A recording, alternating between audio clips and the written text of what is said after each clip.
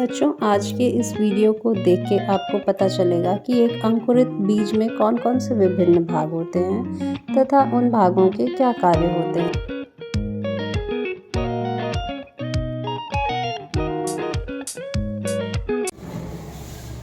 तो आज इस प्लेट में हम क्या लेके आए हैं? चना। ये चना कुछ विशेष प्रकार का दिख रहा है ना? कैसा दिख रहा है? इसमें से कुछ निकला हुआ है? क्या निकला है? आप लोगों ने घर में देखा है ये? कौन बनाता है घर में? मम्मी बनाती है? अच्छा, कैसे बनाया जाता है अंकुरित चना?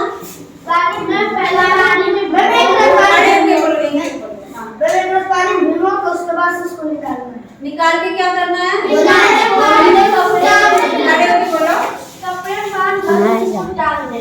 कपड़े में बांध के कहीं टांग देना। फिर अगले दिन अगर देखेंगे तो क्या निकला होगा उसमें से? ठीक है। अंकुर क्या होता है, किसी को मालूम है? अंकुर क्या है? अंकुर में से क्या निकलता है, क्या बनता है? अंकुर एक नन्हा पौधा है।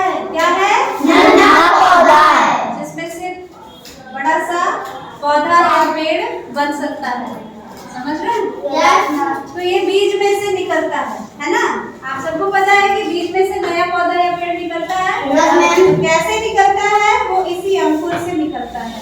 ठीक है। अब जब अंकुर निकल जाता है तो इसके दो भाग होते हैं। तो आज हम पढ़ेंगे बीज के विभिन्न भागों के बारे में और हर भाग का क्या कार्य है ये भी हम जानेंगे। ठीक है। इस एक बीज को अगर आप लेते हैं तो देखिए, ये बीज देखो, इसमें दो भाग हैं। क्या क्या है बताओ? क्या दिख रहा है? एक जड़ है, एक पत्ता निकल गया है।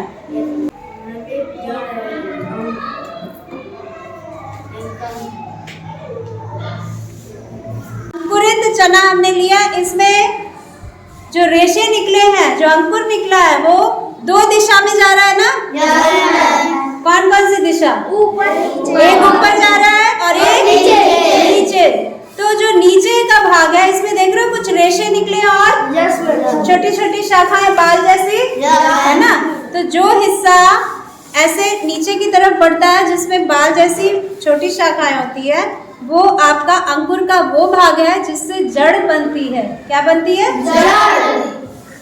और इस हिस्से को हम कहते हैं मूल अंकुर। क्या कहते हैं? इसके बाद जो ऊपर का हिस्सा है वो थोड़ा सा अलग है, देख रहे हो? और ये ऐसे करके गोल हो गया है और इसमें से कुछ छोटी पत्ती जैसी निकली है। ठीक है। तो ये जो होती है, ये हिस्सा ऊपर का होता है, इसको हम कहते हैं प्रांकुर। क्या कहते हैं? प्रांकुर। तो प्रांकुर में जब वृद्धि होती है, जब बढ़ता है, तो उसमें से कौन कौन से भाग निकलते हैं पौधे के?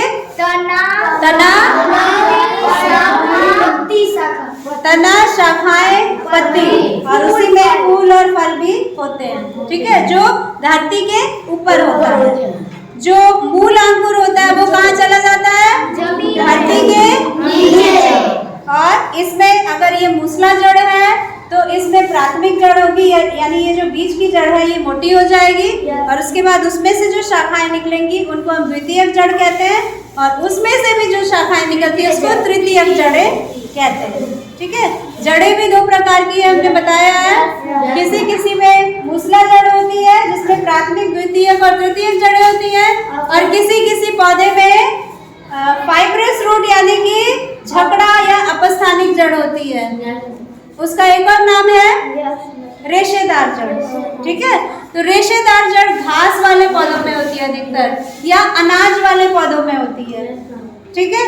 और ये जो होती है मूसला जड़, ये बड़े पेड़ों में होती है, सरसों के पौधे में होती है, और उस तरह के जैसे मूली, गाजर, ये सब मूसला जड़ के उदाहरण है। ठीक है। अब इस बीज के अलग अलग पार्ट्स को हम समझते हैं। देखो, इसको हमने क्या किया, इसका खोल निकाल दिया है। इसका खोल निकल गया है। इसका मतलब क्या? इसके ऊपर एक आवरण था जो हमने निकाला है, जिसको बीज चोल कहते हैं। क्या कहते हैं? बीज चोल। हम किसी और बीज में से निकाल के देखते हैं। देखो, ये है ना एक, इसमें से हम निकाल के देखेंगे जब ये अंकुर निकलता है तो इसका ये बीज चोल जो होता है ये फट जाता है ना। देखो ये देखो इसमें से ये खोल निकल रहा है। Yes ma'am.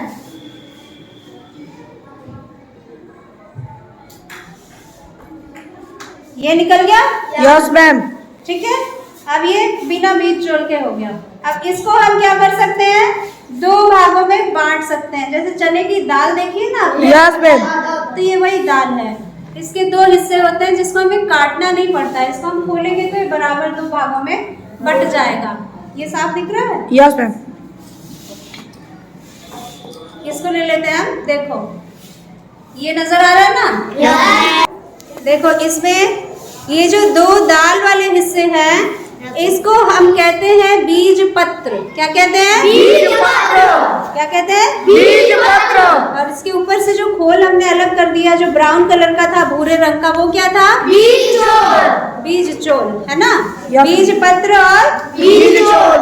और नीचे का हिस्सा जहाँ से जड़ निकलेगी वो अंकुर। मूलांकुर। क्या है? मूलांकुर। ऊपर का हिस्सा जहाँ से तना निकलेगा वो ब्रांकुर। ठीक है। अब एक सवाल ये कि जब पौधा बढ़ता है तो उसको भोजन चाहिए होता है। Yes ma'am. तो भोजन वो खुद बनाता है। Yes ma'am. कैसे बनाता है?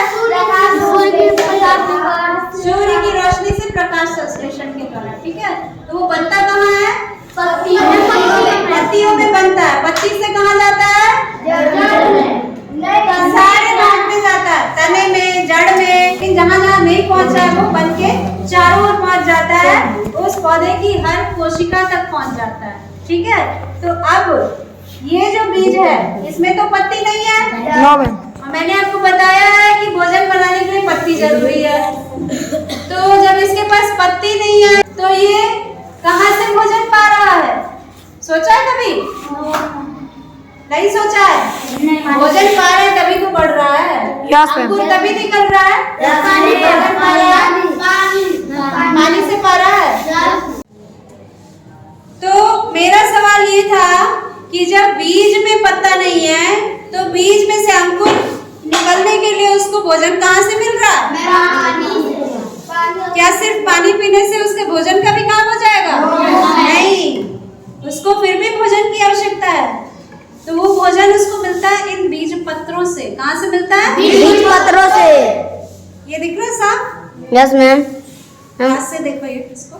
मैम एकदम साफ दिख रहा है। ये है ना? ये जो बीज पत्र है इसी में से इस अंकुर को भोजन मिलता है, तभी ये इसमें से निकलता है। समझ आ रहा है? ये जो चित्र बनाया हमने ये सूखे चने का चित्र है, या ये पानी सूखा हुआ भी हो सकता है। ऐसा ही दिखेगा पानी सूखने के बाद।